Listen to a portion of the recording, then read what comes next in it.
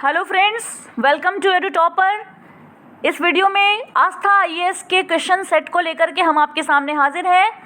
67th BPSC के लिए specially ये सेट है जो कि पॉलिटी के प्रश्नों को अपने साथ लिए हुए है। 150 पॉलिटी के प्रश्न इसमें होंगे। इसके पहले मैं आपको बता दूं कि हमारे चैनल पे परफेक्शन आईएएस के 2 टेस्ट ऑलरेडी अपलोड हो चुके हैं। किसी भी वक्त आप जाके उन टेस्ट को देख सकते हैं। साथ ही इस टेस्ट सीरीज में इस टेस्ट की जो सीरीज हम चला रहे हैं, जिसमें हमने विभिन्न तरह के संस्थानों की टेस्ट को शामिल किया है, ये आपके 67th बीपीएससी के लिए और बिहार में होने वाली दूसरी परीक्षाओं के लिहाज से बहुत ही महत्वपूर्ण है। ये सारे के सारे अभी सेक्शनल टेस्ट चल रहे हैं, जिसमें आप हर टेस्ट के हिसाब से अपने पढ़ाई की रिवीजन भी कर सकते हैं। साथ ही साथ बहुत सारी ऐसी चीज़ें हैं जो आपको इसमें बिल्डअप करने में काफ़ी मदद मिलेगी। तो चलिए शुरू करते हैं इस टेस्ट को। पहला प्रश्न है हमारा कि स्वर्ण सिंह समिति ने कुल कितने मूल कर्तव्यों को संविधान में जोड़ने का प्रावधान दिया था? सही उत्तर है बी 8। आप अपने साथ या तो कॉपी कलम रखिए, अगर नहीं रख सकते तो अपने मन में ऑप्शंस को पढ़ के आंसर को सोचिए और तभी तक मैं आंसर बता ही दूंगी आपको। फिर उसका मिलान कीजिए कि आपने क्या सोचा था, मैंने क्या बताया।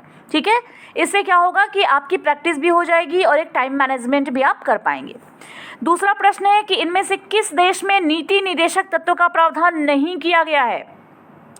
बता दूं आपको कि भारत और आयरलैंड को छोड़कर विश्व के किसी भी देश में नीति निदेशक तत्व का प्रावधान नहीं है, इसीलिए यहाँ पर आंसर है ई। तीसरा प्रश्न है कि किस अनुच्छेद में प्रावधान है कि भाग 4 के प्रावधानों को न्यायालय के द्वारा लागू नहीं कराया जा सकता?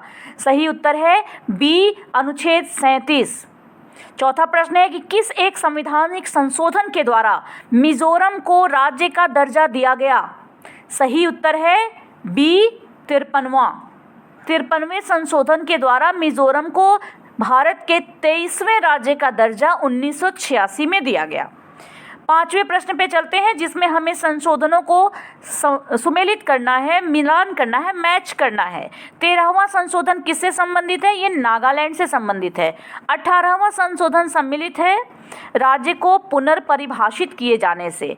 39वां संशोधन कहता है कि राष्ट्रपति, उपराष्ट्रपति, स्पीकर और प्रधानमंत्री के चुनाव को चुनौती नहीं दी जा सकती। वहीं 52वां संशोधन दल बदल अधिनियम का प्रावधान करता है। इसके साथ ही हम अगले प्रश्न पे चलते हैं। हमारा अगला प्रश्न है, छठा प्रश्न के संविधान का 103वां संशोधन विधेयक किससे संबंधित है? ये संबंधित है राष्ट्रीय न्यायिक आयोग के गठन से। अगला प्रश्न है कि कौन सा संवैधानिक संशोधन वस्तु एवं सेवा कर यानी जीएसटी का प्रावधान करता है? ये है 101वां संशोधन। 8वां प्रश्न है कि कौन सा दल बदल कानून विरोध में आच्छादित नहीं है? इसका सही उत्तर है, आपने ऑप्शन तो उम्मीद है कि एक नज़र डाल ही ली होगी, तो इसका सही आंसर है डी, किसी दल में विभिन्न चरणों में बड़े पैमाने पर दल बदल। 9वां प्रश्न है, राजनीतिक दलों को संवैधानिक मान्यता प्रथम बार किस वर्ष मिली थी? ये मिली थी 1985 में, 1985 में। 10वां प्रश्न है कि भारतीय संविधान के अनुसार जिला न्यायाधीश अभिव्यक्ति के अंतर्गत कौन सम्मिलित नहीं होगा? कौन सम्मिलित नहीं होगा, ये ध्यान देना है। प्रश्न में अगर नहीं है तो उसको हमें विशेष रूप से फोकस करना है। नहीं शब्द को पढ़ते ही अंडरलाइन कर लीजिए ताकि आपका ध्यान उस पर जाए, उसके हिसाब से आप उत्तर दे सकें। तो इसका सही उत्तर है ए, अधिकरण न्यायाधीश। अधिकरण न्यायाधीश जो होते हैं वो जिला न्यायाधीश अभिव्यक्ति के अंतर्गत सम्मिलित नहीं होते हैं। 11वां प्रश्न हमारा है कि एक उच्च न्यायालय का न्यायाधीश अपना त्यागपत्र किसे देता है? एक उच्च न्यायालय का जो न्यायाधीश होता है वो अपना त्यागपत्र देता है राष्ट्रपति को। त्यागपत्र किसको देंगे उच्च न्यायालय के न्यायाधीश? राष्ट्रपति को। 12वां प्रश्न हमारा है कि एक ऐसी याचिका जो न्यायालय के द्वारा जारी की जाती है और इसमें कार्यपालिका से कहा जाता है कि वो ऐसा कार्य करे जो उसे प्रदत्त शक्तियों के अंतर्गत करना चाहिए था, उस तरह के रिट को, उस तरह की याचिका को क्या कहते हैं? इसे कहते हैं मैंडमस रिट। 13वां प्रश्न भी रिट से संबंधित है कि कौन सी याचिका अधीनस्थ न्यायालयों की कार्य पद्धति का परीक्षण करती है? इसका सही उत्तर है उत्प्रेषण। उत्प्रेषण रिट जो है ये अधीनस्थ न्यायालयों की कार्य पद्धति का परीक्षण करती है। 14वां प्रश्न हमारा है, भारतीय संविधान के निम्न अनुच्छेदों में से किस एक के अधीन राज्यपाल राष्ट्रपति के विचार के लिए किसी विधेयक को आरक्षित रख सकता है? इसका सही उत्तर है अनुच्छेद 200। 15वां प्रश्न हमारा है कि केंद्र शासित प्रदेश लद्दाख का प्रथम लेफ्टिनेंट गवर्नर किसे नियुक्त किया गया है? ये नियुक्त किया गया है राधाकृष्ण माथुर जी को। आपको पता होना चाहिए कि केंद्र शासित प्रदेश लद्दाख और केंद्र शासित प्रदेश जम्मू कश्मीर हाल ही में बनाए गए हैं। ठीक है, आगे बढ़ते हैं। 16वां प्रश्न है, विधायी शक्तियों की संघीय सूची में समाविष्ट किसी विषय के विषय संबंध में भारत के उच्चतम न्यायालय यानी सुप्रीम कोर्ट के अधिकार क्षेत्र को बढ़ाने का अधिकार किसे दिया गया है?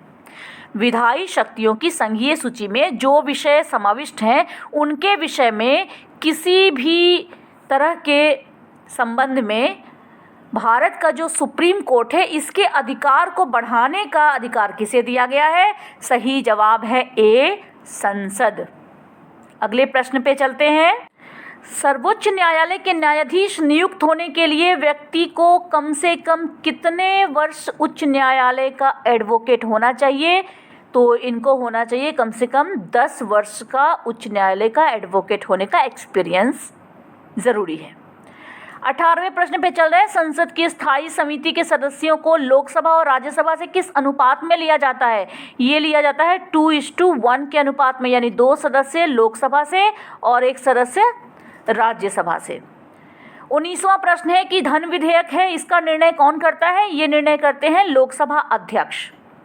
20वें प्रश्न पे आते हैं हम, भारतीय प्रोटोकॉल के अनुसार पूर्वता क्रम में इनमें से कौन सबसे पहले आते हैं? तो ये सबसे पहले आते हैं अपने राज्य के राज्यपाल। 21वां प्रश्न है कि भारत संविधान का कौन सा अनुच्छेद भारत की विदेश नीति से संबंधित है? ये संबंधित है अनुच्छेद 51। 51वां जो अनुच्छेद है ये भारत की विदेश नीति से संबंधित है।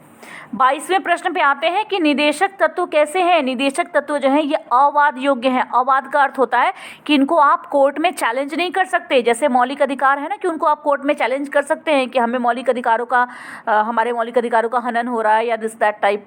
लेकिन निधि निदेशक तत्व जो है इनके मामले में आप ऐसा नहीं कर सकते।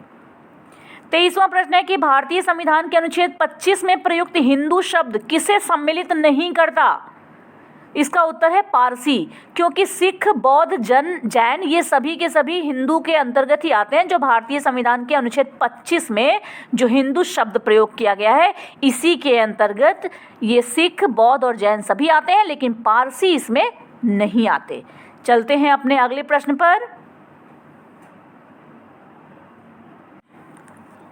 अगला प्रश्न हमारा है 24वां प्रश्न, जो पूछा जा रहा है कि बंदी बनाए गए व्यक्ति के मौलिक अधिकारों की रक्षा किस अनुच्छेद से प्रदत्त है?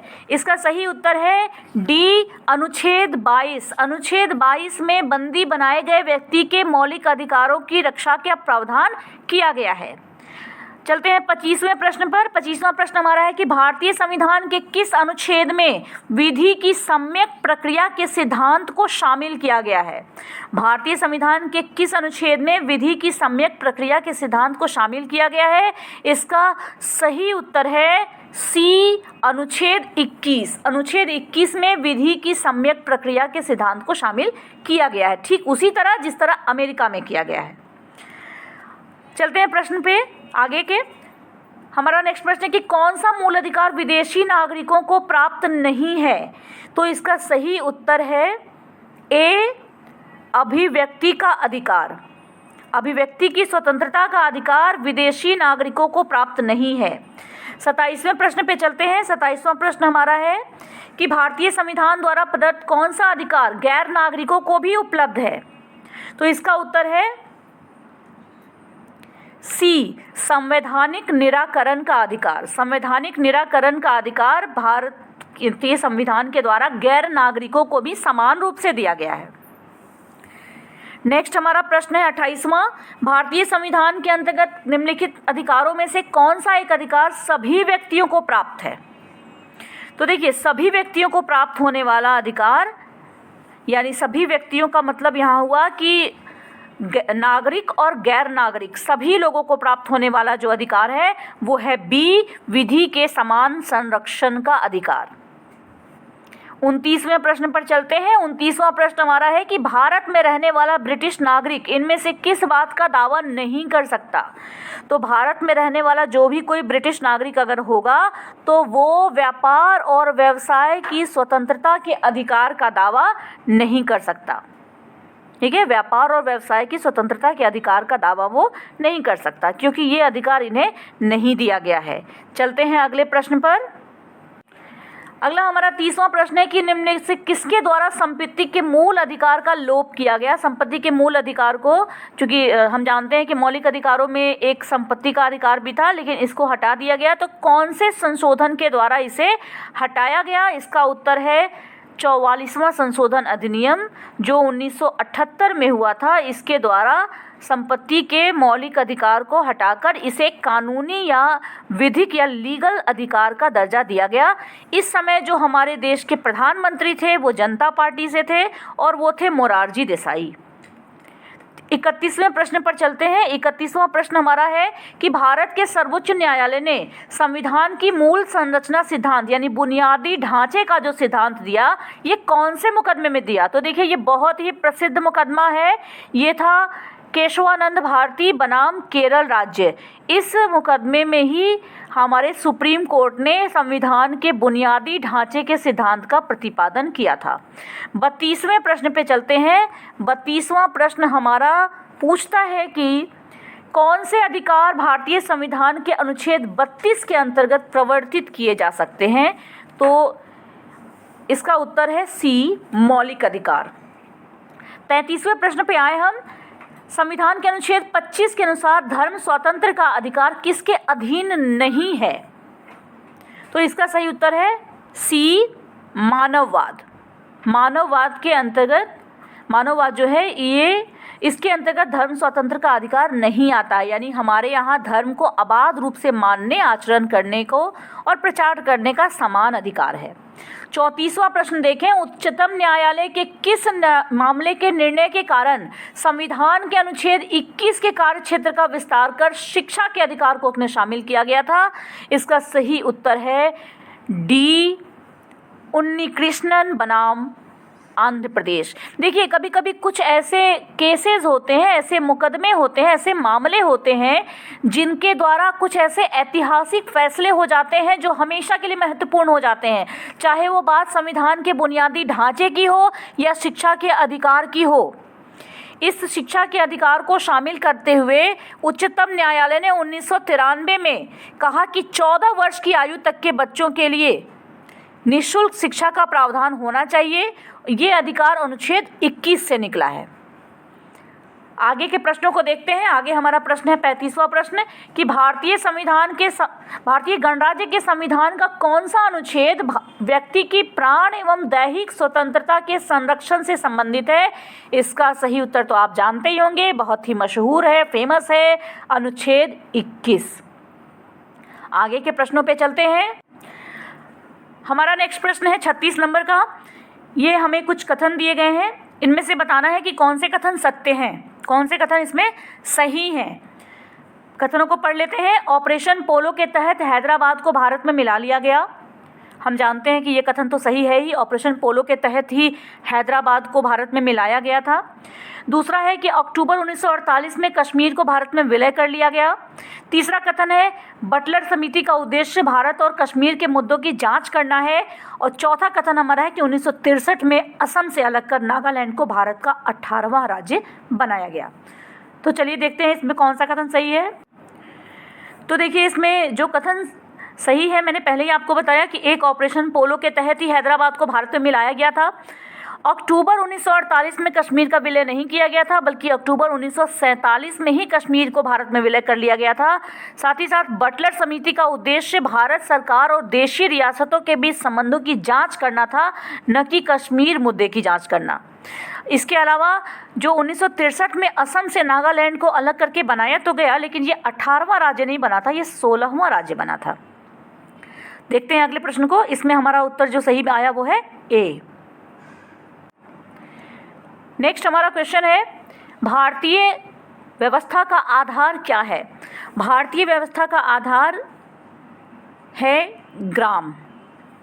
कारण क्या है कि ग्राम जो होता है इसका प्रबंध ग्रामीण जो ग्राम पंचायत होती है उसके आधार पे किया जाता है। नीति निर्देशक तत्वों में स्पष्ट रूप से कहा गया है कि ग्राम पंचायतों की स्थापना कर इनको स्थानीय शासन की प्राथमिक इकाई बनाया जाएगा। आगे बढ़ते हैं हम। 38वां प्रश्न हमारा है कि निम्नलिखित का क्रम क्या है। क्रम बताना है आपको।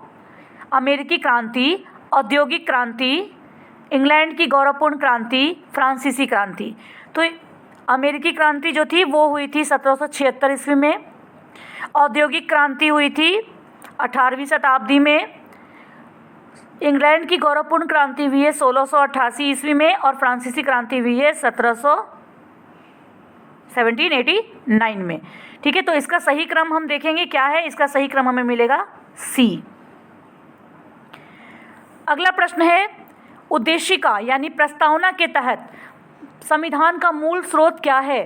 तो देखिए संविधान में स्पष्ट रूप से कहा गया है कि संविधान का जो मूल स्रोत है वो है भारत की जनता। भारत की जनता यानी बी। 40वां प्रश्न हमारा है कि इनमें से किसने भारतीय संविधान को आवश्यकता से अधिक कठोर कहा है। ये कहा है सर आइवर जेनिंग्स ने। सर आइवर जेनिंग्स ने भारतीय संविधान को आवश्यकता से ज़्यादा कठोर बताया है। नेक्स्ट क्वेश्चन है कि 41वां क्वेश्चन कि इनमें से कौन जेवीपी समिति के सदस्यों में शामिल नहीं था। जेवीपी समिति के सदस्यों में शामिल नहीं होने वाले कौन थे। तो जेवीपी में कौन कौन शामिल थे ये समझ लीजिए पहले।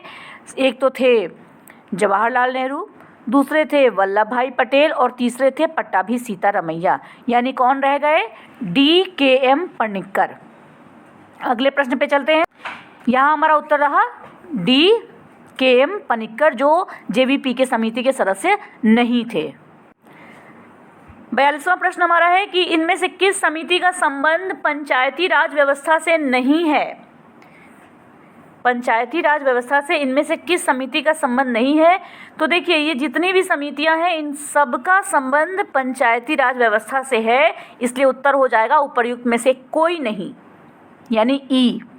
43वां प्रश्न है कि भारत में कितने प्रकार के शहरी स्थानीय प्रशासन है। भारत में कितने प्रकार के शहरी स्थानीय प्रशासन है। इसका सही उत्तर है डी 8। तो इस प्रकार हमने क्या देखा, भारत में 8 प्रकार के स्थानीय प्रशासन हैं। ये कौन कौन से होते हैं। तो नगर पालिका परिषद, नगर पालिका, अधिसूचित क्षेत्र समिति, शहरी क्षेत्र समिति, छावनी बोर्ड, पतन्यास बोर्ड और विशेष उद्देश्य के लिए गठित समिति। 44वें प्रश्न पे चलते हैं। भारतीय स्थानीय स्वशासन के पिता के नाम से कौन जाने जाते हैं। तो देखिए भारतीय स्थानीय स्वशासन के पिता के नाम से जाने जाते हैं Lord Ripon, B Lord Ripon. इन्होंने 1882 में 1882 में जो संकल्प लिया था उसको स्थानीय स्वशासन के लिए मैग्ना कार्टा कहा जाता है। यही कारण है कि इससे इन्हें भारत में स्थानीय स्वशासन का पिता कहते हैं। 45वें प्रश्न पर चलते हैं। अब तक कुल कितनी बार अनुच्छेद 368 में संशोधन किया गया है। देखिए अनुच्छेद 368 आपको पता है कि ये अनुच्छेद 368 संशोधन ही करता है। इसमें कितनी बार संशोधन किया गया है। तो इसमें अब तक 3 बार संशोधन किया जा चुका है। कब कब, 1955 में जिसमें 7वां संशोधन हुआ था, 1971 में जिसमें 24वां संशोधन हुआ था और 1976 में जिसमें 42वां संशोधन हुआ था। इस तरीके से 3 बार अब तक अनुच्छेद 368 में संशोधन किया जा चुका है। 46वां प्रश्न हमारा है कि भाषाई अल्पसंख्यक आयुक्त की नियुक्ति संविधान के किस अनुच्छेद के तहत की जाती है। देखिए इसका सही उत्तर है अनुच्छेद 350 के ख भाग के अंतर्गत भाषाई अल्पसंख्यक आयुक्त की नियुक्ति की जाती है। 47वां प्रश्न हमारा है कि मूल अधिकार का विकास सर्वप्रथम कहाँ हुआ था। देखिए मूल अधिकार का विकास सबसे पहले हुआ था ब्रिटेन में 1689 में सबसे पहले बिल ऑफ राइट्स आए थे, जो कि मूल अधिकार के विषय में ही एक मुख्य डॉक्यूमेंट था, एक मुख्य दस्तावेज था। 48वां प्रश्न हमारा पूछ रहा है हमसे कि मूल अधिकार तथा अल्पसंख्यक अधिकार के संबंध में बनी परामर्श समिति के अध्यक्ष कौन थे? तो परामर्श समिति के अध्यक्ष थे सरदार वल्लभ भाई पटेल। चलते हैं अगले प्रश्न पे। अगला हमारा प्रश्न है कि इनमें से कौन सा कथन असत्य है। फिर हमें 5 कथन दिए गए हैं, हमें बताना है कौन सा कथन असत्य है। एक एक करके कथनों को पढ़ते हैं। आपातकाल के समय अनुच्छेद 20 तथा 21 का निलंबन नहीं हो सकता, ये बिल्कुल सही है। नकारात्मक मूल अधिकार राज्य की शक्ति पर निर्बंधन की भूमिका निभाते हैं, ये कथन भी बिल्कुल सही है। मूल अधिकारों में संशोधन सिर्फ अनुच्छेद 368 के तहत ही हो सकता है, ये कथन भी सही है। और आच्छादन के सिद्धांत से संबंधित वाद भीखाजी बनाम मध्य प्रदेश राज्य है, ये भी सही है। यानी यहाँ आपका उत्तर होगा ई, जो उपर्युक्त में से एक से अधिक, क्योंकि यहाँ सारे ही कथन सही हैं। 50वें प्रश्न पर चलते हैं। पृथक्करणीयता का सिद्धांत एवं अधित्याग का सिद्धांत किस में से संबंधित है, किस अनुच्छेद से संबंधित है? इसका सही उत्तर है ई। कारण क्या है कि आच्छादन का जो सिद्धांत है ये अनुच्छेद ई नहीं, इसका उत्तर होगा ए, ठीक है, क्योंकि ये संबंधित है अनुच्छेद 13 से। इसके साथ ही चलते हैं हम अपने अगले प्रश्न पे। प्रश्न 51 है कि राज्य कोई ऐसी विधि नहीं बनाएगा जो भाग 13 द्वारा मूल अधिकारों को छीनती है या उन्हें न्यून करती है। ये उपबंध कौन से अनुच्छेद में है? तो ये उपबंध हैं अनुच्छेद 13 के दूसरे भाग में। 52वें प्रश्न पे चलते हैं। इनमें से कौन सा कार्य CAG यानी कैग का नहीं है? इसका सही उत्तर है सी, स्टॉक लेखाओं व प्राप्तियों का लेख परीक्षण। आगे चलते हैं। 53वां प्रश्न हमारा है कि कौन सा कथन इनमें से सत्य है। तो इन कथनों को जब हम पढ़ेंगे तो हमें पता चलेगा कि प्रत्येक 5 वर्षों पर वित्त आयोग का गठन किया जाता है, ये कथन यहाँ पर बिल्कुल सत्य है। वाकई प्रत्येक 5 वर्ष पर ही वित्त आयोग का गठन होता है, जबकि राष्ट्रीय विकास परिषद का गठन 1951 में नहीं 1952 में हुआ था। वर्ष में 3 बार नहीं बल्कि वर्ष में कम से कम 2 बार राष्ट्रीय विकास परिषद की बैठक होती है। इसके अलावा देखिए तो राष्ट्रीय विकास परिषद को संवैधानिक दर्जा देने की सिफारिश जो थी वो पुंछी आयोग ने नहीं बल्कि सरकारी आयोग ने की थी। इस तरह से केवल और केवल हमारा सी जो है वही सच मालूम होता है, यानी option C is the right answer. 54वें प्रश्न पे चलते हैं। राष्ट्रीय अनुसूचित जनजाति आयोग में एक अध्यक्ष और एक उपाध्यक्ष के अलावा कितने सदस्य होते हैं? तो देखिए, राष्ट्रीय अनुसूचित जनजाति आयोग में एक अध्यक्ष, एक उपाध्यक्ष और 3 सदस्य होते हैं, ठीक है। क्योंकि यहाँ 3 ऑप्शन में नहीं दिया है इसलिए ई हमारा आंसर हो जाएगा, उपर्युक्त में से कोई नहीं। 55वां क्वेश्चन देखते हैं। राष्ट्रीय भाषाई अल्पसंख्यक आयुक्त कार्यालय की स्थापना कब की गई थी? तो इसकी स्थापना की गई थी 1957 ईस्वी में। 56वां प्रश्न है कि इनमें से कौन सी वीटो शक्ति भारतीय राष्ट्रपति को प्राप्त नहीं है? तो कौन सी वीटो शक्ति भारतीय राष्ट्रपति को प्राप्त नहीं है? विशेषित वीटो जो है वो भारतीय राष्ट्रपति को नहीं मिला हुआ है। ये अमेरिका के राष्ट्रपति को प्राप्त है लेकिन भारतीय राष्ट्रपति को नहीं है। बाकी के तीनों वीटो भारतीय राष्ट्रपति को मिले हुए हैं। 57वां प्रश्न देखें। इनमें से किस अनुच्छेद में राज्य विधानमंडल के सदस्य चुने जाने हेतु अर्हताओं का यानी योग्यताओं का उल्लेख किया गया है? सही उत्तर है सी 173 173। 58वां क्वेश्चन देखते हैं। प्रत्येक पंचायत का कार्यकाल कितने समय का होता है? तो इसकी जो पहली बैठक होती है ना पंचायत की, उसके डेट से 5 वर्ष तक का कार्यकाल होता है हर पंचायत का। 59वां प्रश्न है। बिहार किस क्षेत्रीय परिषद के अंतर्गत आता है? बिहार आता है पूर्वीय क्षेत्रीय परिषद के अंतर्गत। 60वां प्रश्न है हमारा कि पूर्वोत्तर परिषद का गठन कब किया गया? देखिए, पूर्वोत्तर परिषद का जो गठन किया गया है ये किया गया है 1971 में। 1971 हमारा राइट आंसर हुआ।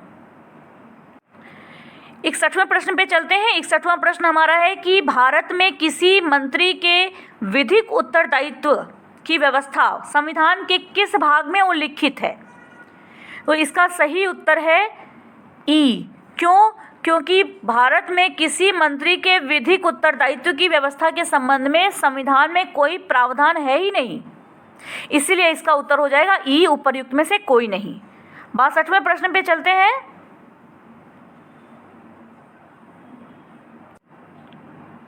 हमारा 62वां प्रश्न है कि मंत्रिपरिषद लोकसभा के प्रति उत्तरदायी होती है, ऐसा प्रावधान संविधान के किस अनुच्छेद में निहित है? कौन से अनुच्छेद में कहा गया है कि मंत्रिपरिषद लोकसभा के लिए उत्तरदायी होगी? सही उत्तर है अनुच्छेद 75। 75 में ये कहा गया है, ये प्रावधान किया गया है कि मंत्रिपरिषद लोकसभा के लिए उत्तरदायी रहेगी। 63वां प्रश्न है, आर्थिक सर्वेक्षण दस्तावेज संविधान में कब प्रस्तुत किया जाता है? तो आर्थिक सर्वेक्षण का जो दस्तावेज होता है वो संसद में प्रस्तुत किया जाता है बजट प्रस्तुत करने के एक दिन पहले। याद कीजिए, बजट प्रस्तुत होता है उसी समय, ठीक उसी समय आर्थिक सर्वेक्षण भी आता है, ठीक एक दिन पहले आता है ये। 64वां प्रश्न है कि जिला परिषद के सदस्य निर्वाचित होने के लिए उम्र सीमा का निर्धारण किया गया है, ये कितनी उम्र सीमा है? तो इसका सही उत्तर है 21 वर्ष। अगर आप 21 वर्ष के हैं तो जिला परिषद के सदस्य निर्वाचित होने के लिए आप सही उम्र प्राप्त कर चुके हैं। 65वां प्रश्न है, सर्वोच्च न्यायालय में न्यायाधीशों की नियुक्ति हेतु न्यूनतम उम्र सीमा कितनी है?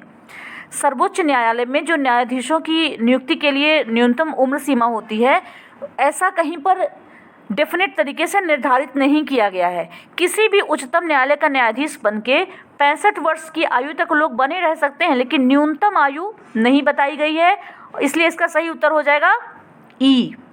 अगले प्रश्न पे चलते हैं। राष्ट्रीय अनुसूचित जाति आयोग का गठन संविधान के किस अनुच्छेद के तहत किया गया है? सही उत्तर है बी, 338 के तहत। 67वें प्रश्न पे चलते हैं। 67वां प्रश्न है कि मुख्य सूचना आयुक्त की उम्र सीमा कितने वर्ष की होती है? तो इसकी उम्र सीमा होती है इस पद की 65 वर्ष। अगले प्रश्न पे चलते हैं। अगला हमारा प्रश्न है कि मुख्य सूचना आयुक्त के वेतन और भत्ते वही होंगे जो, ऑप्शंस को पढ़िए, ऑप्शन पढ़ने के बाद से हमें पता चलता है कि सी ऑप्शन सही है, जो मुख्य निर्वाचन आयुक्त का है। ठीक है, मुख्य सूचना आयुक्त का वेतन भत्ता वही होता है जो मुख्य निर्वाचन आयुक्त का होता है।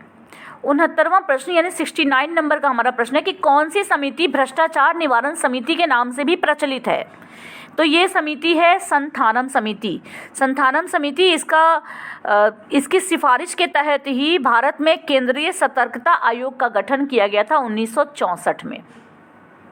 आगे पढ़ते हैं। 70वां प्रश्न है 70 नंबर का कि विज आई पोर्टल की शुरुआत किस संस्था द्वारा की गई है?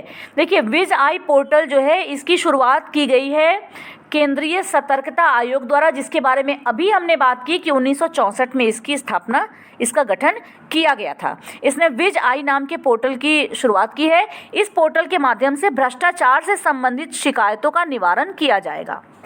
देखिए, प्रश्न ऐसे ही आते हैं करंट के भी, जो ऐसा नहीं है कि पॉलिटी है तो इसमें करंट नहीं। देखिए, ये करंट से रिलेटेड प्रश्न है लेकिन आपके पॉलिटी के सेक्शन में आ रहा है। क्यों?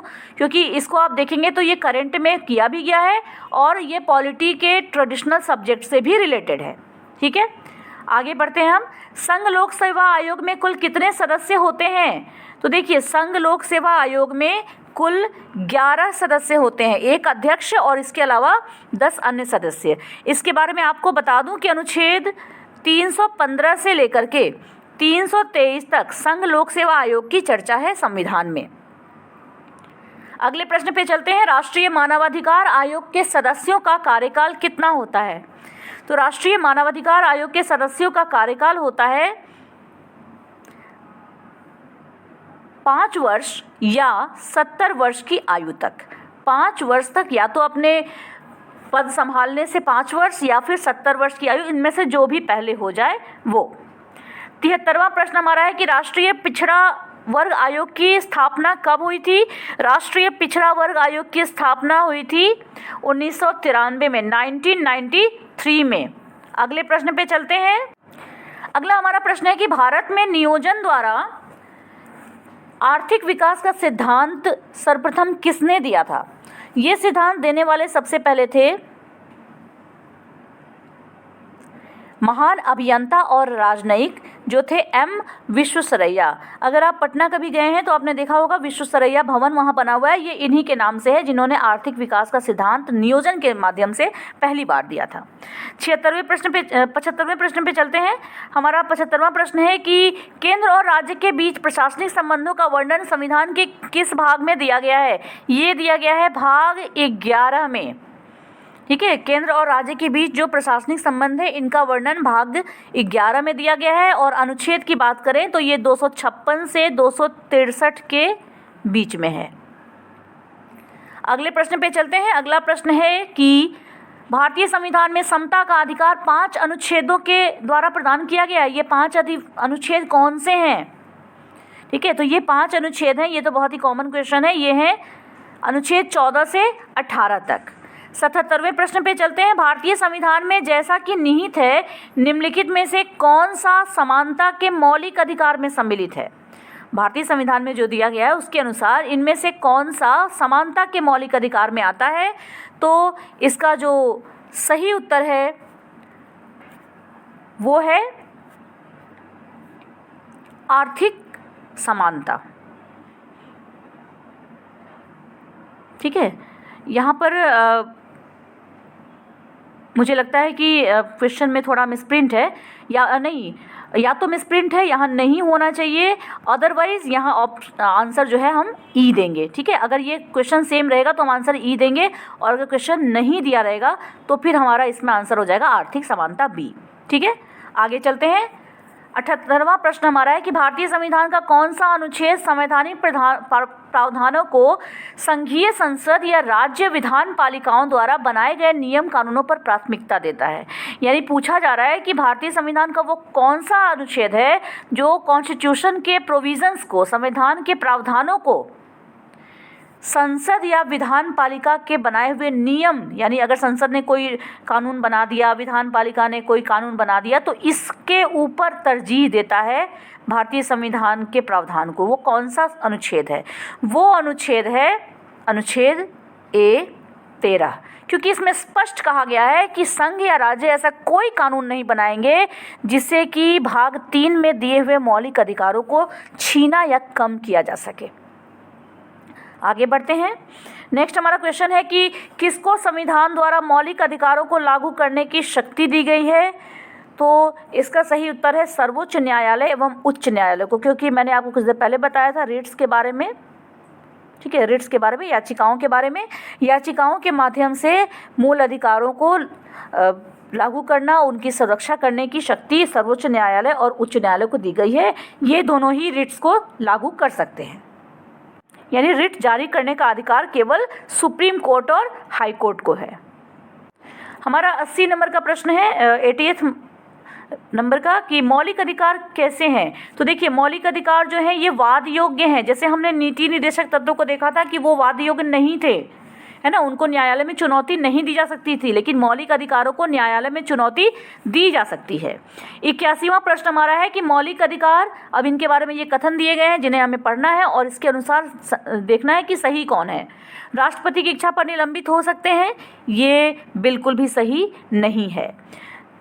प्रधानमंत्री के निर्देशों से निलंबित हो सकते हैं, ये भी सही नहीं है। आपातकाल की स्थिति में निलंबित हो सकते हैं, ये बिल्कुल सही है। इसीलिए हमारा जो ऑप्शन सी है वो सही होगा, बाकी सारे ऑप्शंस गलत हैं।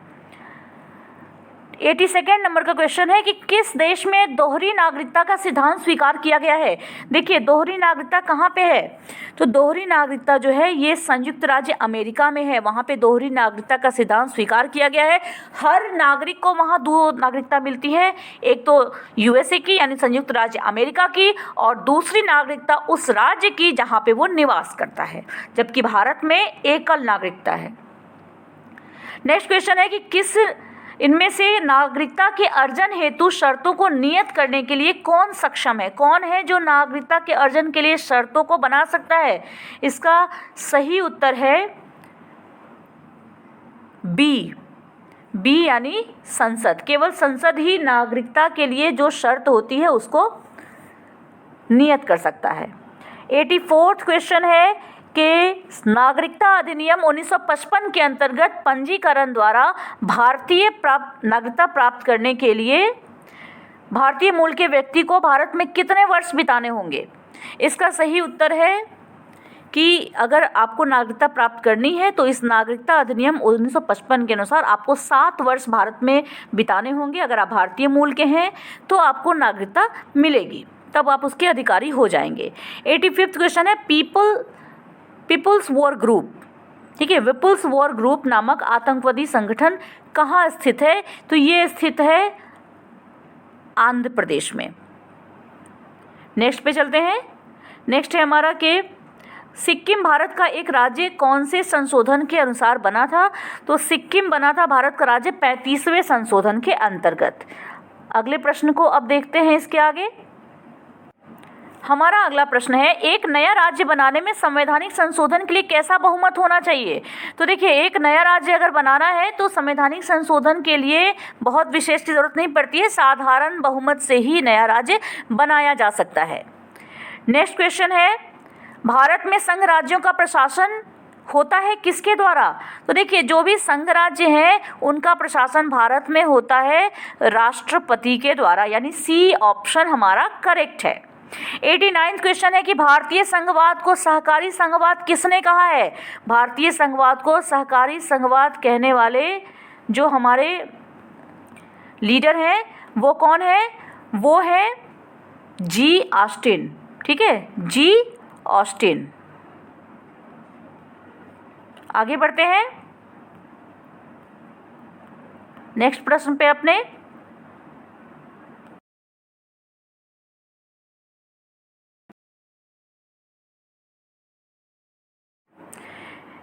इसके बाद जो हमारा नेक्स्ट प्रश्न आ रहा है वो है कि निम्नलिखित में से कौन सा राज्य सबका सबसे महत्वपूर्ण तत्व होता है? तो देखिए, राज्य के ऐसे तो सभी तत्व महत्वपूर्ण हैं, लेकिन संप्रभुता राज्य का सबसे महत्वपूर्ण तत्व होता है। 51वें प्रश्न पे आते हैं, निम्न में से कौन सही है? सामाजिक समानता संविधान में प्रत्याभूत मूल नहीं है। देश में सामाजिक समानता पहले से ही विद्यमान थी और सामाजिक समानता संविधान में प्रत्याभूत है, सामाजिक समानता बाद में जोड़ा गया। इस तरीके से ये चारों कथन जो हैं ये सामाजिक समानता के विषय में ही कहे गए हैं। तो इसे हम देखें तो इसमें जो सही कथन है वो है सामाजिक समानता संविधान में प्रत्याभूत है, ठीक है। आगे बढ़ते हैं 92वें प्रश्न पे। निम्नलिखित विवादों में से किसमें सर्वोच्च न्यायालय ने प्रस्तावना को भारतीय संविधान की मौलिक संरचना का भाग स्वीकार किया? कौन से विवाद में इस बात को स्वीकार किया गया था कि जो प्रस्तावना है ये भारतीय संविधान का मौलिक पार्ट है, मौलिक हिस्सा है? इसको स्वीकार किया गया था केशवानंद भारती विवाद में। आपने देखा होगा केशवानंद भारती विवाद के बारे में एक और क्वेश्चन हमने डिस्कस किया था इसी सेट में। आगे बढ़ते हैं हम। इसके बाद हमारा नेक्स्ट प्रश्न है कि राज्य भूमि सुधार अधिनियमों को संवैधानिक सुरक्षा प्रदान करने हेतु सम्मिलित किया गया है कौन सी अनुसूची में? तो इसको शामिल किया गया है 9वीं अनुसूची में। राज्य भूमि सुधार अधिनियमों को 9वीं अनुसूची में शामिल किया गया है। जो हमारा प्रथम संविधान संशोधन हुआ था ना 1951 में, उसी के द्वारा संविधान में 9वीं अनुसूची जोड़ी गई थी और उसमें सम्मिलित किया गया राज्य भूमि सुधार अधिनियमों को, ताकि इन्हें संवैधानिक तौर पर सुरक्षित किया जा सके। अगले प्रश्न पे चलते हैं। नेक्स्ट हमारा प्रश्न है, वित्त विधेयकों के बारे में विशेष उपबंध कौन से अनुच्छेद के अंतर्गत किया गया है? तो इसका सही उत्तर है ए 117। अनुच्छेद 117 में वित्त विधेयक के विशेष उपबंध को बताया गया है। आगे बढ़ते हैं हम। भारतीय संविधान के किस अनुच्छेद के अंतर्गत अखिल भारतीय सेवाओं का प्रावधान किया गया है? देखिए, भारतीय संविधान के अनुच्छेद 312 के अंतर्गत अखिल भारतीय सेवाओं का प्रावधान किया गया है। इसके अनुसार अगर राज्यसभा ने उपस्थित और मतदान करने वाले सदस्यों के कम से कम 2/3 बहुमत से समर्थित यह संकल्प घोषित किया है कि राष्ट्रीय हित में ऐसा किया जाना चाहिए, तो संसद विधि द्वारा अखिल भारतीय सेवाओं के सृजन के लिए उपबंध कर सकती है। तो इस प्रकार हमारा सही उत्तर है सी 312। नेक्स्ट क्वेश्चन पे चलते हैं। नेक्स्ट क्वेश्चन हमारा है कि भारतीय संविधान का प्रथम प्रारूप किसने तैयार किया था? देखिए, भारतीय संविधान का प्रथम प्रारूप जो तैयार किया गया था वो हमारे भारत के संविधान के जो संवैधानिक सलाहकार थे उन्होंने तैयार किया था। ये संवैधानिक सलाहकार कौन थे? ये थे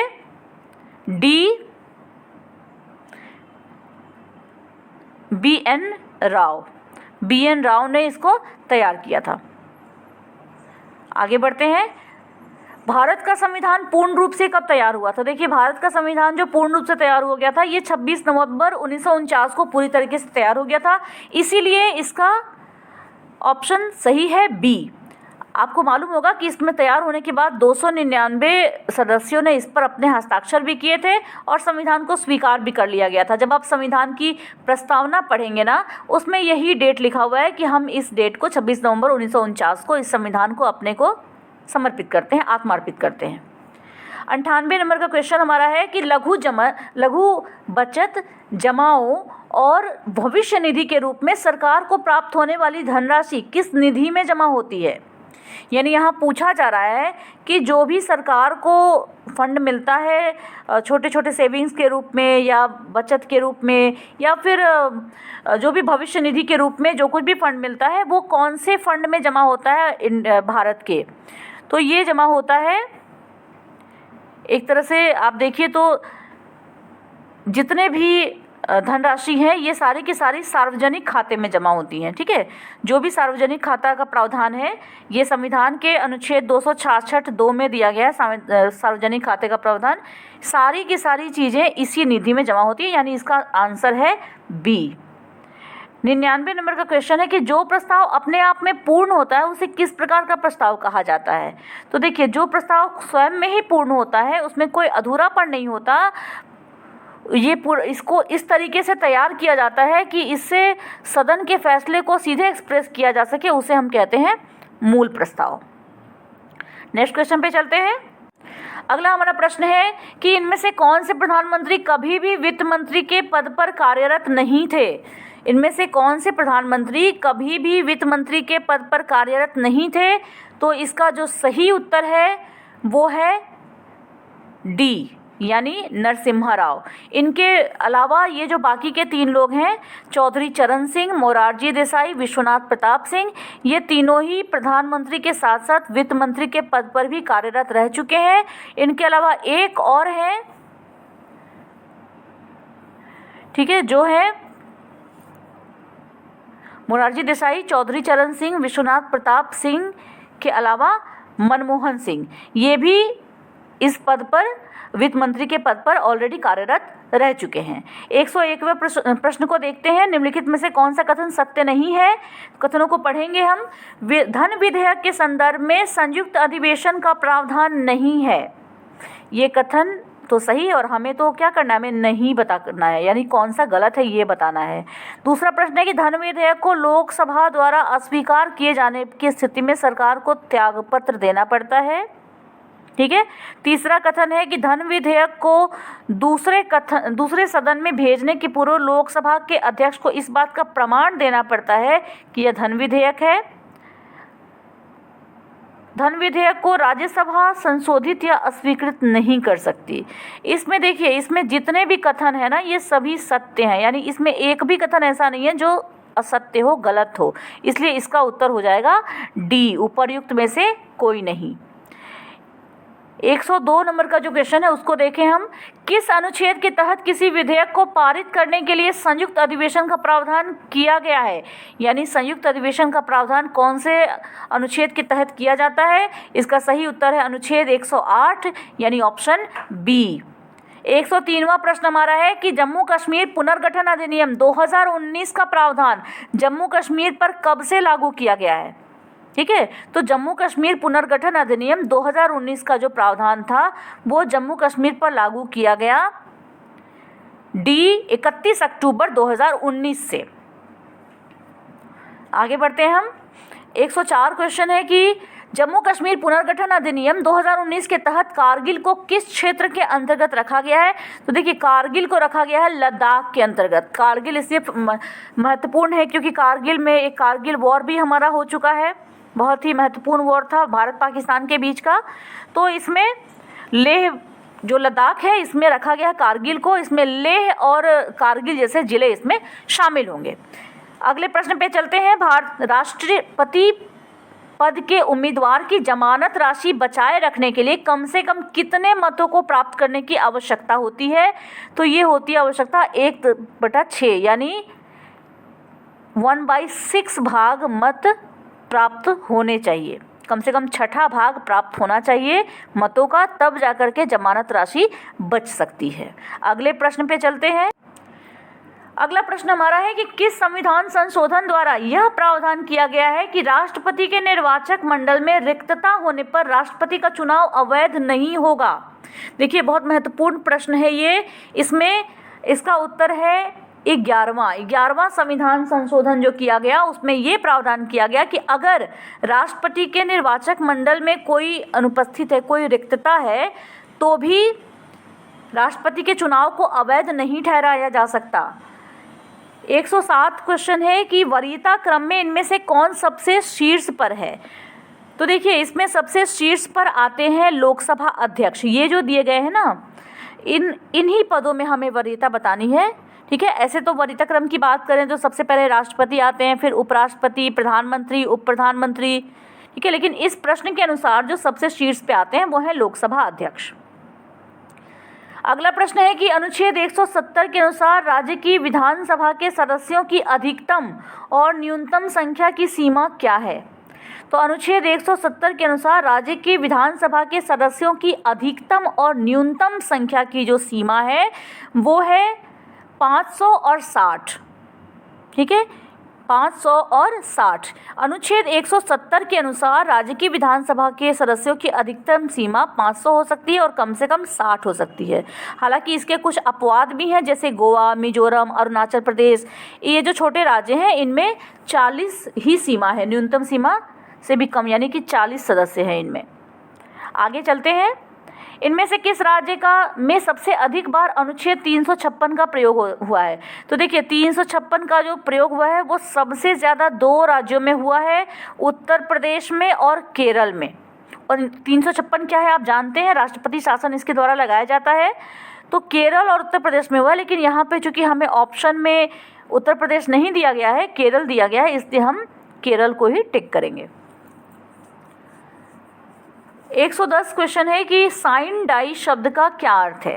देखिए साइन डाई शब्द का अर्थ क्या है? ये एक देखा जाए तो संसदीय शब्द है, संसदीय गतिविधि से संबंधित ये शब्द है। इसका अर्थ होता है बिना तिथि बताए, बिना आगे की तिथि बताए ही संसदीय सदन को स्थगित कर देना। जैसे मान लीजिए कि संसद का सदन चल रहा है, सेशन चल रहा है, अभी लोकसभा अध्यक्ष जो है इन्होंने कहा कि हम इस सदन को स्थगित करते हैं, ये नहीं बताया कि अगली बार हम फिर कब मिलेंगे, तो इसको कहते हैं साइन डाई, ठीक है। नेक्स्ट हमारा प्रश्न है 111 का कि लोकसभा के विघटन के पश्चात लंबित विधेयक, लोकसभा के विघटन के पश्चात लंबित विधेयक का क्या होता है? तो लोकसभा का जब विघटन हो जाता है ना, तो जितने भी लंबित विधेयक होते हैं इनके विषय में जो ये कुछ स्टेटमेंट्स दिए गए हैं उनको हम देखेंगे तो पता चलेगा कि ए और डी इसमें सच है। ए और डी क्या है? तो लोकसभा में लंबित विधेयक सभी जितने भी होते हैं वो समाप्त हो जाते हैं, और इसके अलावा लोकसभा में लंबित अन्य सभी कार्य जैसे प्रस्ताव, संकल्प, मतलब जितने भी चीज़ें, जितने भी काम लोकसभा में अटके होते हैं ये सारे के सारे समाप्त हो जाते हैं। तो ये 2 कथन सही है, इसलिए सही आंसर होगा ई। अगले प्रश्न पे चलते हैं। नेक्स्ट प्रश्न है कि संविधान में कार्यवाहक राष्ट्रपति बनाने का प्रावधान कौन से अनुच्छेद में किया गया है? ये किया गया है अनुच्छेद 71 में, ठीक है। अनुच्छेद 71 के अनुसार संविधान में कार्यवाहक राष्ट्रपति बनाने का प्रावधान किया गया है। भारत में विदेशों से की जाने वाली संधियां और समझौते किसके नाम से किए जाते हैं? तो देखिए भारत में विदेशों से जितने भी संधियां, जितने भी समझौते किए जाते हैं वो सब राष्ट्रपति के नाम से किए जाते हैं, इसलिए ए ऑप्शन हमारा सही है। 114 में हम आएंगे, इसमें से किस राष्ट्रपति की मृत्यु उसके कार्यकाल के दौरान ही हो गई थी?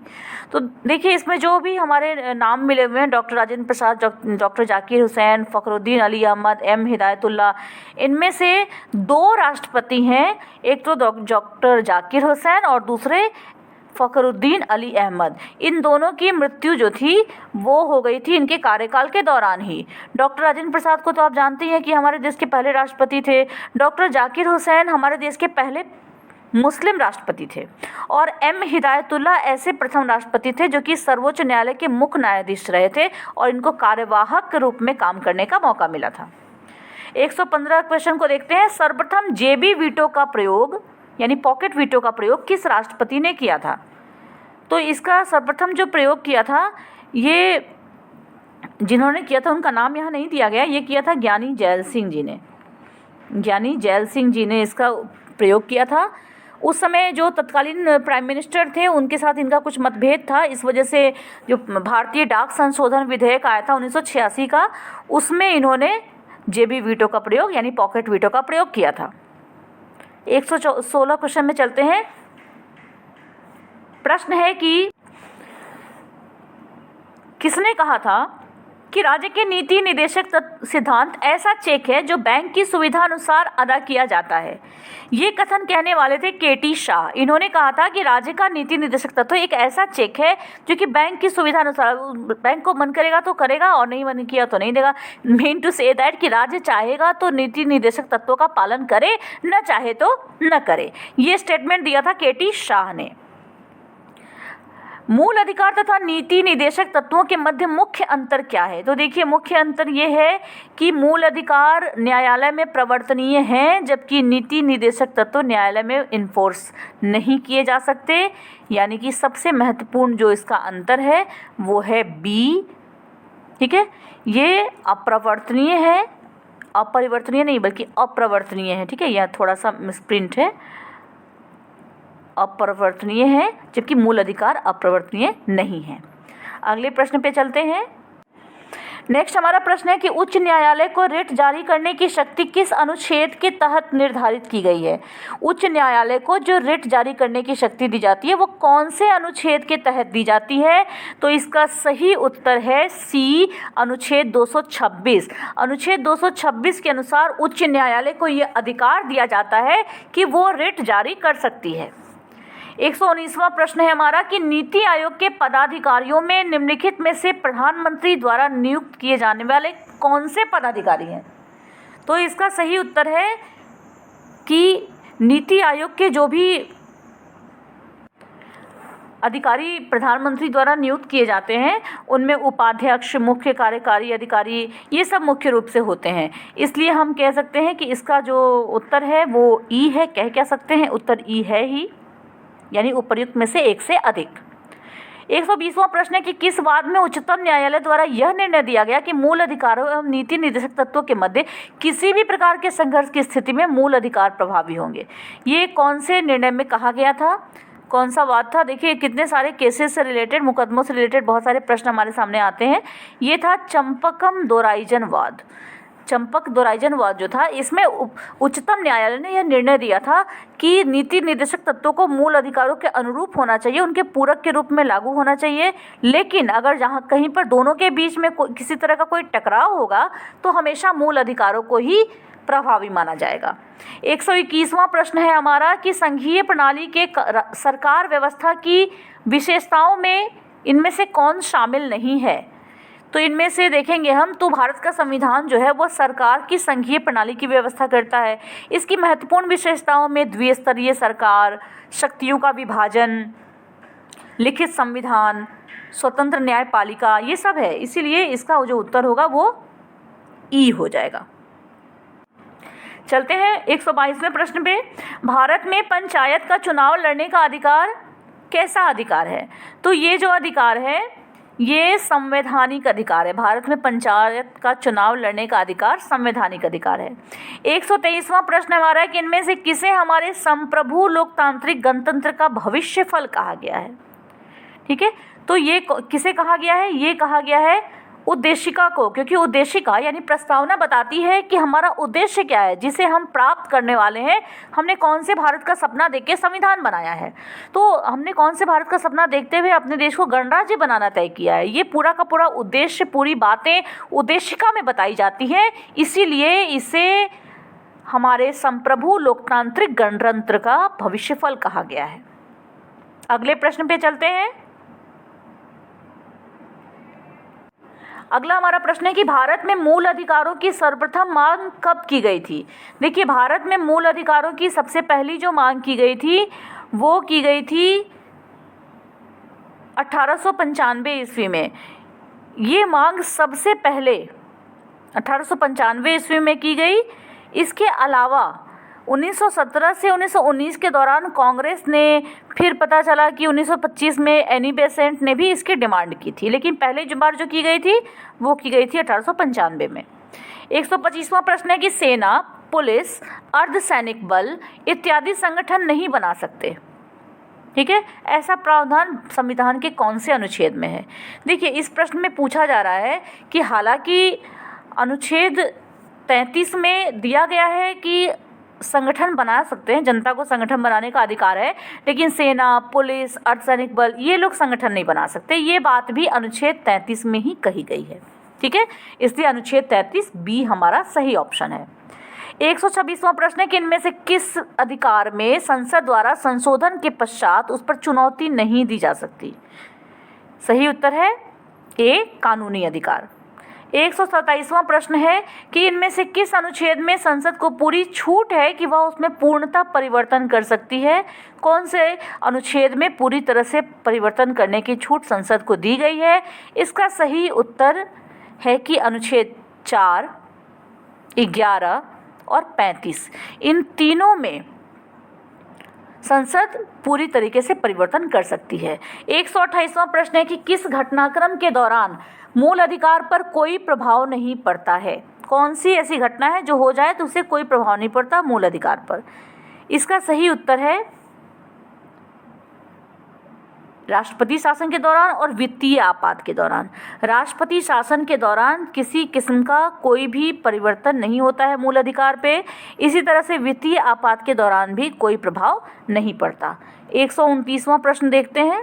129वां प्रश्न हमारा है कि राष्ट्रपति जब राष्ट्रीय आपात की घोषणा करते हैं तो निम्नलिखित में से कौन सा अनुच्छेद घोषणा के उपरांत स्वस्फूर्त हो जाता है।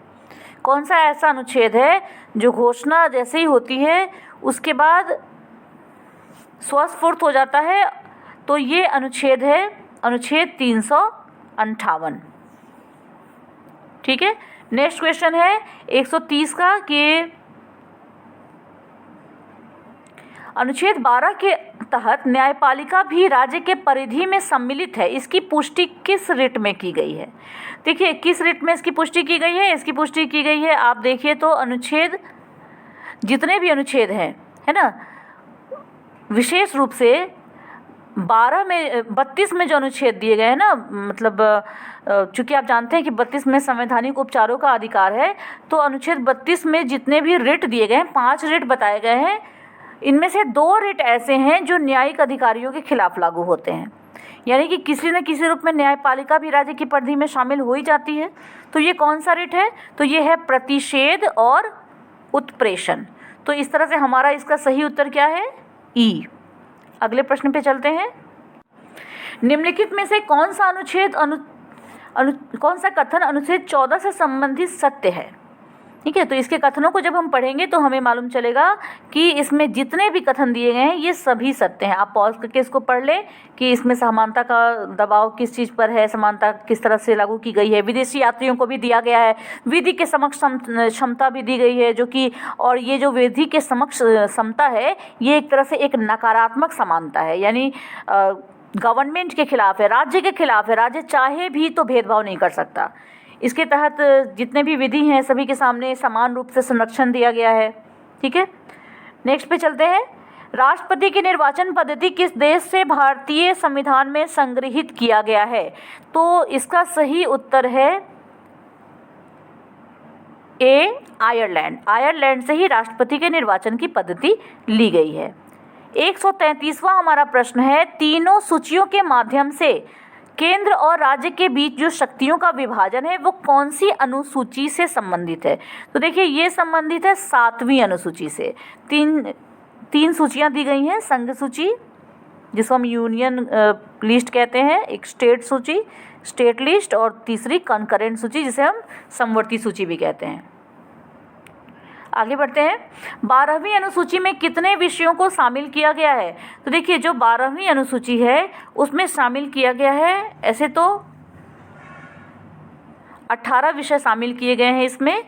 इसका मूल रूप से संबंध जो है वो 74वें संविधान संशोधन से है। इसमें नगरपालिका की शक्ति, प्राधिकार, जिम्मेदारी, इन सारी चीज़ों का वर्णन किया गया है। 135वां प्रश्न हमारा है कि किसने संविधान को वकीलों का स्वर्ग कहा था? तो देखिए वकीलों का स्वर्ग कहने वाले थे H.K. माहेश्वरी। इन्होंने कहा था, ये संविधान सभा के एक सदस्य थे, इन्होंने कहा था कि यहाँ पे ज़्यादातर वकील हैं, इसलिए ये तो वकीलों का स्वर्ग है। ज़्यादा मुकदमेबाज टाइप के बहस हो रहे हैं, अदालत की तरफ ज़्यादा लोग हैं, जो प्रारूप वगैरह बना है, सत्य अहिंसा के तरीक़ों का पालन नहीं हो रहा है यहाँ पे, इसलिए इन्होंने कहा था कि बस सिंपली इन्होंने बोला था कि जो प्रारूप है, जो संविधान का प्रारूप है, वो लोगों को ज़्यादा मुकदमेबाज बनाता है, अदालतों की तरफ अधिक उन्मुख होता है और सत्य अहिंसा के तरीक़ों का पालन वे नहीं करेंगे, है ना। ये उनका सेम टू सेम कहा हुआ स्टेटमेंट मैं आपके सामने दोहरा रही हूँ। और इन्होंने ये भी कहा था कि अगर मैं ऐसा कहूँ तो यह प्रारूप वास्तव में वकीलों का स्वर्ग है। ठीक है, नेक्स्ट प्रश्न पे चलते हैं। अगर किसी नए क्षेत्र को भारतीय हिस्से में मिला लिया जाए तो वहाँ के नागरिक की नागरिकता क्या होगी? तो वहाँ के नागरिकों को भारत की नागरिकता स्वतः ही मिल जाएगी। अगले प्रश्न पे चल रहे हैं हम। नेक्स्ट हमारा क्वेश्चन है कि निम्नलिखित में से कौन सा कथन सुमेलित नहीं है? क्या सुमेलित नहीं है ये बताना है हमें। तो इसमें सही है कि ये चारों के चारों ही सुमेलित हैं, ये सब सही है, इसलिए सही उत्तर हो जाएगा हमारा ई। निम्नलिखित में से कौन सा उपबंध संसद के साधारण बहुमत के क्षेत्र में सम्मिलित नहीं है? तो देखिए इसका जो उत्तर है वो है, क्योंकि कारण क्या होता है ना कि संसद में जो साधारण बहुमत होता है और संसद का जो विशेष बहुमत होता है, इन दोनों के द्वारा बहुत तरह के संशोधन किए जाते हैं। ठीक है, और कुछ ऐसे संशोधन हैं जिनमें साधारण बहुमत की ज़रूरत पड़ती है, कुछ ऐसे संशोधन हैं इसमें विशेष बहुमत की ज़रूरत पड़ती है। तो इस तरीके से हम कह सकते हैं कि जितने भी ये उपबंध है ना, जितनी भी चीज़ें हैं, ये सब के सब संसद के साधारण बहुमत के क्षेत्र में आते हैं, इसलिए हमारा ऑप्शन सही होगा ई। 139वें प्रश्न पे चलते हैं हम। 139वां जो हमारा प्रश्न है वो है कि कौन सा अनुच्छेद अस्पृश्यता के संबंध में संसद को शक्ति प्रदान करता है? इसका सही उत्तर है अनुच्छेद 35, क्योंकि अनुच्छेद 17 जो है ये अस्पृश्यता का अंत करता है, लेकिन इसके संबंध में जो विधि बनाने की शक्ति है वो अनुच्छेद 35 देता है संसद को। 140वां प्रश्न हमारा है कि इनमें से कौन सा अधिकार विदेशी नागरिकों को भी प्राप्त है?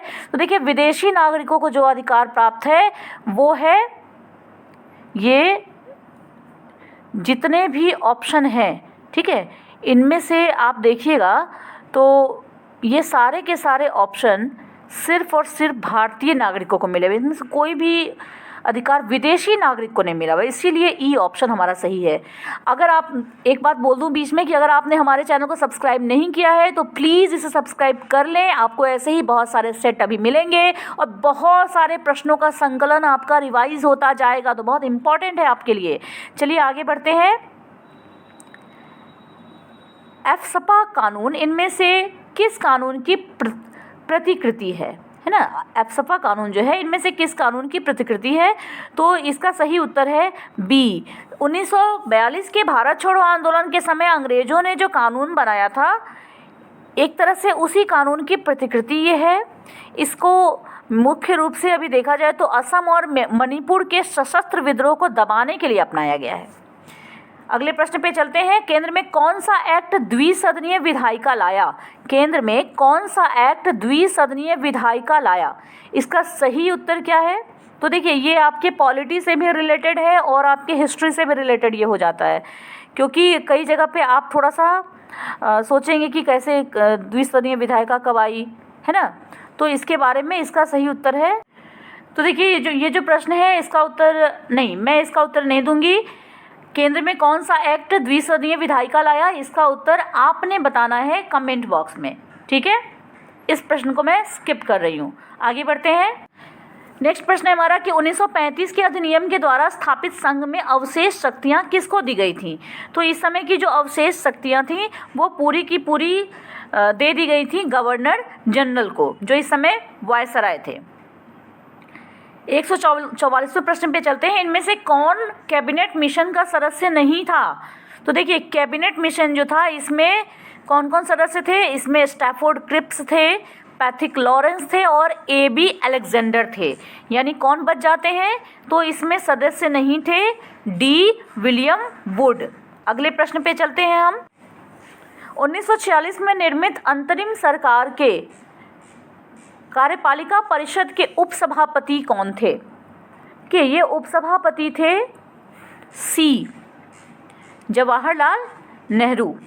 केंद्र में जो ये सरकार बनी थी अंतरिम सरकार, राष्ट्रीय सरकार की घोषणा 14 अगस्त को की गई थी और इसमें वायसराय इसके मूल अध्यक्ष थे, पदेन अध्यक्ष थे और जवाहरलाल नेहरू को उपसभापति या उपाध्यक्ष बनाया गया था। 146वें प्रश्न पे चलते हैं। भारतीय संविधान सभा की स्थापना कब की गई थी। देखिए भारतीय संविधान सभा की स्थापना की गई थी 9 दिसंबर 1946 को। इसकी पहली बैठक हुई थी इसी दिन और इसी के साथ यहाँ पे इनकी स्थापना की गई थी।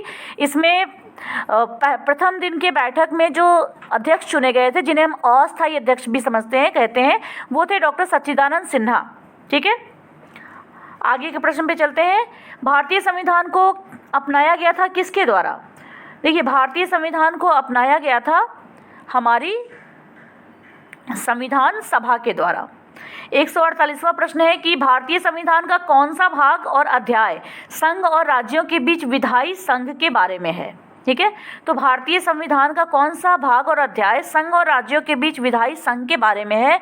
इसका सही उत्तर है भाग 11 और अध्याय 1। 11वें भाग में और अध्याय 1 में संघ और राज्यों के विधायी संघ के विषय में चर्चा है। 149वां प्रश्न है कि भारतीय संविधान की प्रस्तावना में समाजवादी शब्द कौन से संशोधन के तहत जोड़ा गया। सही उत्तर है 42वां संशोधन जो 1976 में हुआ था, 1986 में हुआ था। 150वां और हमारे इस सेट का अंतिम प्रश्न है कि राज्य और केंद्रीय सरकार को प्राधिकार प्राप्त होता है किससे। इसका सही उत्तर है भारत के संविधान से। भारत का संविधान हमारे यहाँ सर्वोच्च है, हर कोई अपने अधिकार संविधान से ही प्राप्त करता है। ठीक है, इसी के साथ हमारे 150 प्रश्नों का ये सेट समाप्त होता है। उम्मीद है कि आपने इसमें सारे प्रश्नों को अच्छे से किया होगा और ज़्यादा से ज़्यादा प्रश्न आपको ज़रूर आते होंगे। इसी के साथ उम्मीद करती हूँ कि अगला जो हमारा सेट आएगा उसमें आप और भी ज़्यादा प्रश्नों को और भी सही तरीके से अटेम्प्ट कर पाएंगे। ठीक है, इसी के साथ आपसे विदा लेती हूँ। Thank you.